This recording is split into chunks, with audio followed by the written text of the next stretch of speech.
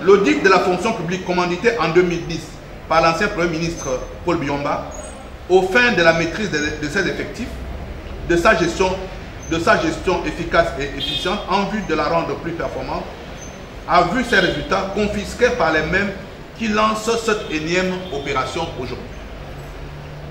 En décidant du gel de la carrière de l'agent public et de la baisse des salaires, l'État aurait dû, au préalable, procéder à la régulation de toutes les sessions administratives et payer les rappels soldes dus aux agents.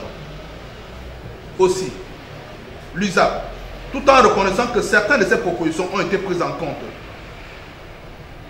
parmi celles visant la réduction du train de vie de l'État, entre autres la suppression des voyages en première classe et en classe affaires, à l'exception des membres du gouvernement et des présidents d'institutions, le plafonnement des prix des véhicules administratifs, la réduction du personnel des cabinets d'institutions et des administrations, demande instamment au gouvernement de jouer sur d'autres leviers importants aux fins de réduire de manière significative le train de vie de l'État.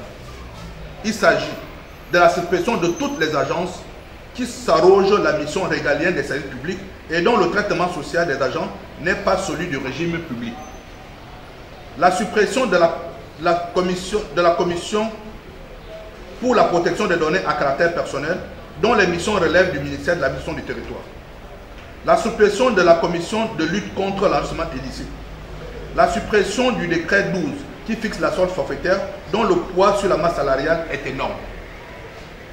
La suppression des baux administratifs et la construction des immeubles administratifs. Le regroupement de certains ministères et entités administratives. La suppression de la médiature de la République, du Conseil national de la démocratie et du Sénat. La suppression du poste de haut représentant du président de la République, du Centre gabonais d'élection pour en faire un organe ponctuel à convoquer uniquement en période électorale. La liste n'est pas exhaustive. Pour terminer, l'USAP lance ici et maintenant un appel solennel à une unité d'action syndicale à l'endroit de toutes les organisations des travailleurs afin de faire face aux graves menaces qui pèsent sur nous.